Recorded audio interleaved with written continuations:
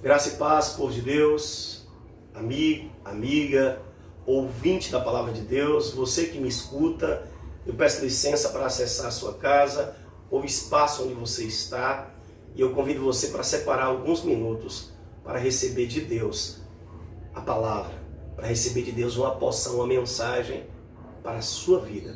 E eu creio que essa mensagem vai impactar o seu coração, vai mudar a tua história. Feche teus olhos, se for possível. Pega a sua Bíblia e vamos juntos falar com o Senhor. Deus, obrigado, Pai. Obrigado por esta oportunidade de estarmos aqui. Obrigado, Senhor, porque é o Senhor quem nos dá a vida. E diante de tudo que temos vivido nesses últimos dias, o Senhor tem nos dado graça. O Senhor tem possibilitado um novo dia, o amanhecer, para que possamos, ó Deus, viver um novo dia. Pai, colocamos em Tuas mãos as nossas tristezas, alegrias, colocamos em Tuas mãos as famílias que perderam entes queridos. Consola agora esta família, libera paz, refrigera a alma, visita os desempregados, abre portas de emprego, visita, Pai, aos enfermos, repreende a enfermidade. Senhor, ao desesperado, restitui a esperança, restitui a fé, enche o coração com o Teu amor. Pai, fala com todos que nos ouvem neste momento, em nome de Jesus. Amém. Uma saudação, uma palavra de saudação às nossas ovelhas, né? Os nossos irmãos e irmãs, nosso campo missionário ali em Serrinha. Nosso abraço e uma saudação em nome do Senhor Jesus, às nossas ovelhas na nossa congregação de Capela do Alto Alegre.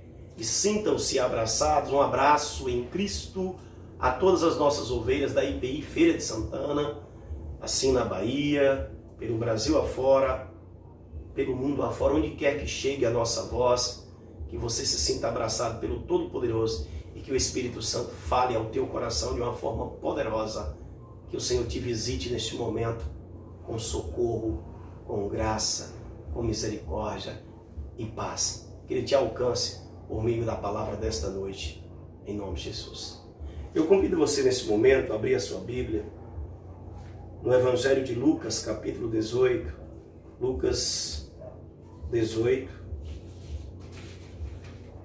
Lucas 18. Do versículo então 9 ao versículo 14, diz assim a palavra do Senhor. Lucas 18, 9 a 14. Jesus também contou esta parábola para os que achavam que eram muito bons e desprezavam os outros. 2 homens foram para o templo orar. Um era fariseu e o outro cobrador de impostos. O fariseu ficou de pé e orou sozinho assim: Ó Deus, eu te agradeço porque não sou avarento nem desonesto, nem imoral como as outras pessoas. Agradeço-te também porque não sou como este cobrador de impostos. Jejuo 2 vezes por semana, te dou a 10ª parte de tudo que ganho. Mas o cobrador de impostos ficou de longe e nem levantava o rosto para o céu. Batia no peito e dizia: Ó Deus, tem pena de mim, pois sou pecador. E Jesus terminou dizendo: Eu afirmo a vocês que foi este homem e não o outro que voltou para casa em paz com Deus. Porque quem se engrandece será humilhado, e quem se humilha será engrandecido. Palavra do Senhor. Eu convido ainda você a abrir a sua Bíblia no Evangelho de Mateus, capítulo 9. Mateus 9, do versículo 9 ao versículo 13. Diz assim a palavra do Senhor: Jesus saiu dali e, no caminho, viu um cobrador de impostos chamado Mateus, sentado no lugar onde os impostos eram pagos. Jesus lhe disse: Venha comigo. Mateus se levantou e foi com ele. Mais tarde, enquanto Jesus estava jantando na casa de Mateus, muitos cobradores de impostos e outras pessoas de má fama chegaram e sentaram-se à mesa com Jesus e os seus discípulos. Alguns fariseus viram isso e perguntaram aos discípulos: Por que é que o mestre de vocês come com os cobradores de impostos e com outras pessoas de má fama? Jesus ouviu a pergunta e respondeu: Os que têm saúde não precisam de médico, mas sim os doentes. Vão e procurem entender o que quer dizer este trecho das Escrituras Sagradas. Eu quero que as pessoas sejam bondosas e não que ofereçam sacrifícios de animais, porque eu vim para chamar os pecadores e não os bons. Palavra do Senhor. Sabe, Deus, nós oramos ao teu nome, nós clamamos no nome de Jesus pelo teu socorro, e agora, Senhor, pedimos que libere uma porção, permanecemos em oração, pedindo o teu socorro, a tua salvação, o teu livramento, a tua visitação, por meio da palavra pregada, pelo mover do Espírito Santo, em nome de Jesus Cristo. Amém. A palavra desta noite que eu quero dividir com você está baseada então nos dois textos que nós lemos em Lucas 18, de 9 a 14 e Mateus 9, de 9 a 13. O tema: Jesus veio chamar pecadores. E aí eu quero te chamar a atenção. Vamos compartilhar a porção da palavra de Deus a partir desses dois textos, de Lucas 18, 9 a 14 e Mateus 9, de 9 a 13. O primeiro fala sobre a parábola do fariseu e do publicano, o cobrador de impostos. E o segundo fala sobre os chamados de Mateus, o cobrador de impostos. E eu quero chamar a atenção porque a partir daí nós vamos perceber que quando Jesus começou seu ministério, ele se deparou pelo menos com dois grandes grupos. Dois grupos: os religiosos e os pecadores. E aí vem a pergunta: a quem Jesus chamou? Será que Jesus então voltou o seu olhar e se encantou com os religiosos, que seguem ritos, formas, gosta de fazer votos, gosta então de vestir uma roupa, de ter uma aparência de santidade, enfim? Ou Jesus então olhou para o pecador, para aquele que a sociedade muitas vezes diz que não tem jeito, para aquele que muitas vezes ele mesmo olha para si e não consegue ver solução para a sua vida? A quem Jesus deu atenção? A quem Jesus chamou? Nós vamos aprender nesta noite. E uma coisa que queremos destacar no início aqui é que diante dos dois grupos, dos religiosos e dos pecadores, Jesus chamou e formou o terceiro grupo, a comunidade dos discípulos. Quem foram as pessoas que Jesus chamou? Foram religiosos ou pecadores? Vamos ver o que diz a palavra. Precisamos primeiro, antes de mergulhar na palavra, entender, aprender sobre a diferença entre religiosos e pecadores.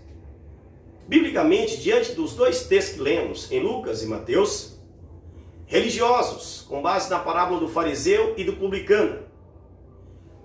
O religioso, ele exalta a forma, como eu disse há pouco, os ritos, os votos, a penitência. Ele faz questão de chamar a atenção, da aparência.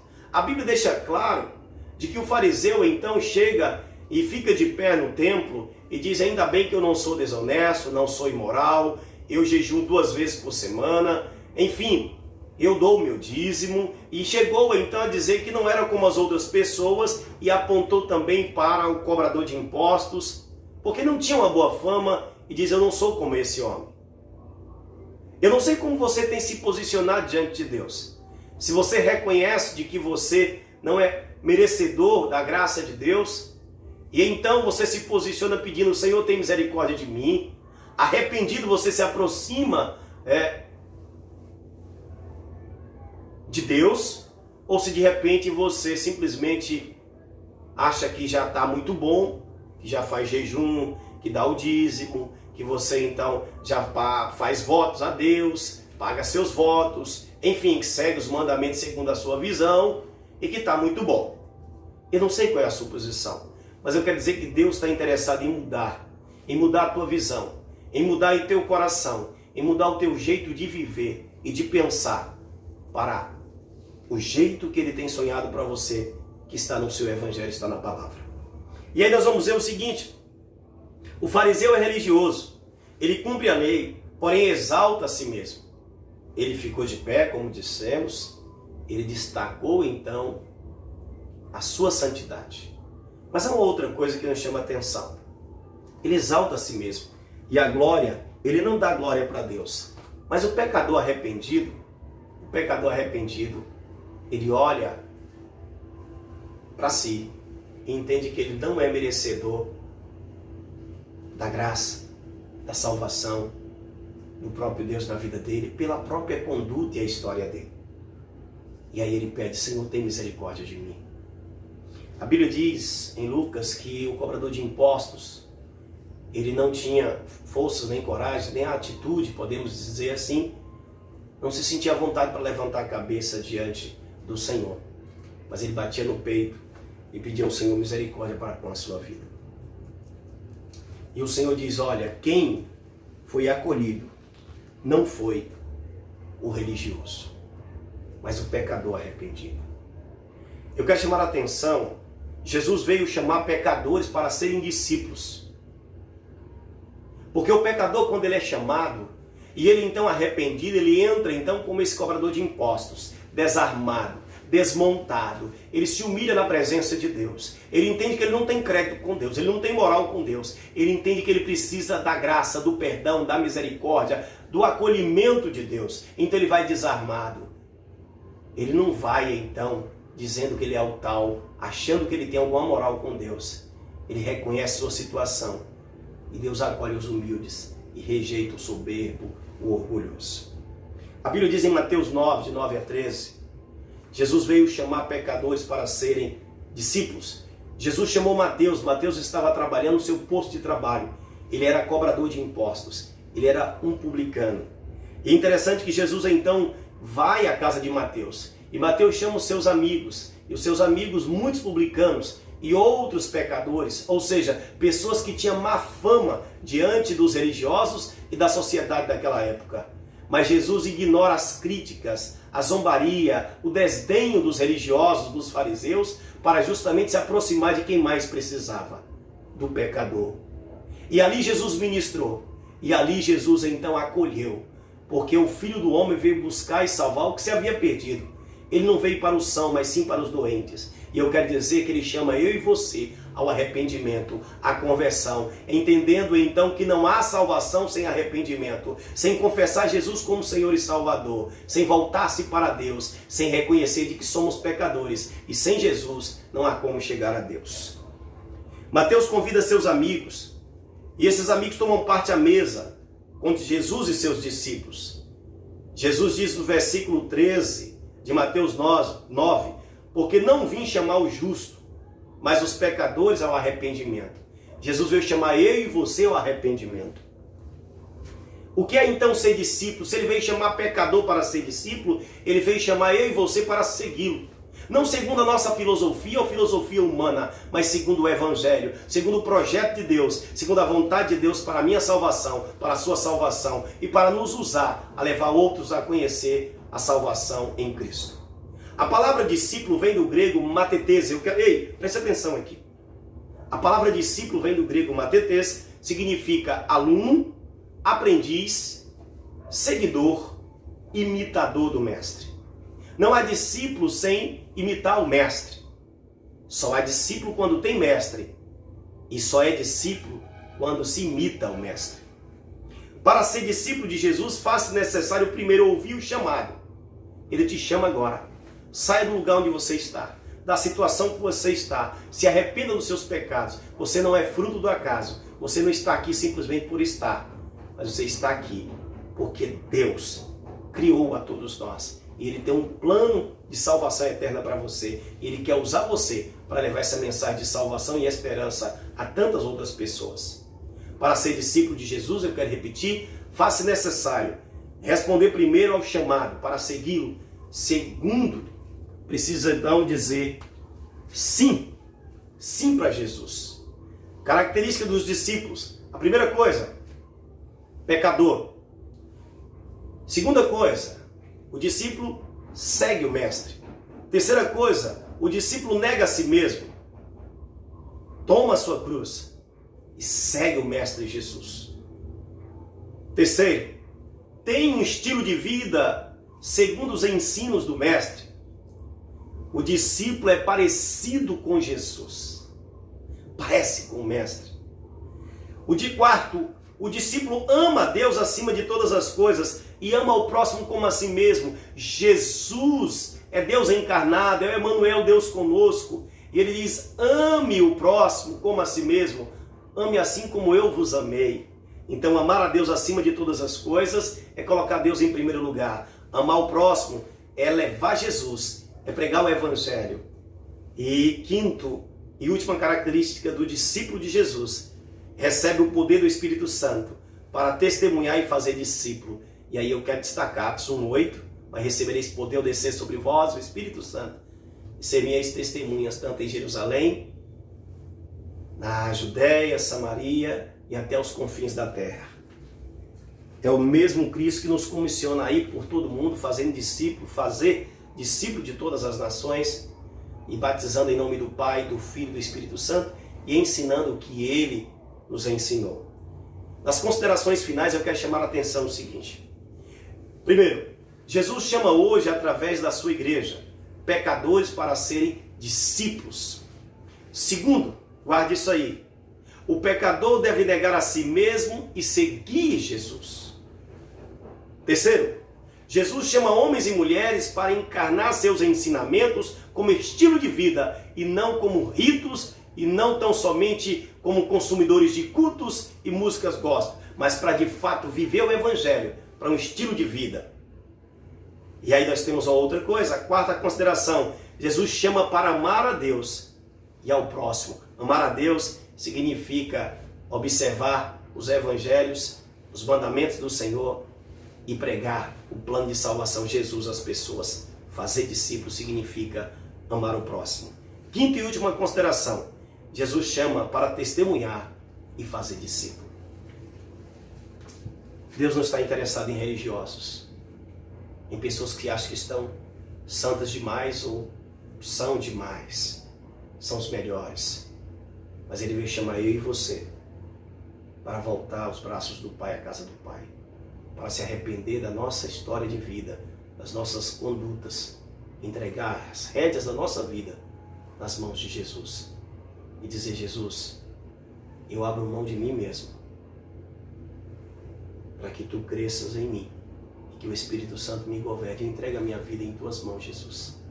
Espírito Santo, faz de mim uma nova criatura e me usa para ser uma bênção. Me usa porque eu quero ser uma bênção na vida das pessoas. Feche os olhos. Deus, obrigado. Obrigado porque Jesus veio chamar pecadores. E esta palavra é uma palavra libertadora, uma palavra escandalosa, uma palavra que ela vem para dizer, olha, o Evangelho ele é simples. Jesus veio buscar e salvar as ovelhas perdidas da casa do Pai, do Israel de Deus. Jesus veio e Ele é o caminho de volta para Deus. Abraça esse filho nesse momento, abraça essa filha. Recebe, Pai, esse homem e essa mulher arrependido. E Deus, confirma nesse momento no seu coração e na história, como discípulo, usa sobre a terra. Diga assim, Senhor Jesus, eu entrego a minha vida do jeito que eu estou hoje. Perdoa, Senhor, os meus pecados e faz de mim uma pessoa melhor a cada dia. E me use sobre a terra. Eu quero ser uma bênção na vida das pessoas. Me use para salvar, para levar Jesus Cristo, para levar esperança, vida e paz. Eu não quero mais viver para mim mesmo. Jesus, eu te aceito como meu Senhor e Salvador. Eu quero te seguir. Amém. Glória a Deus. Glória a Deus.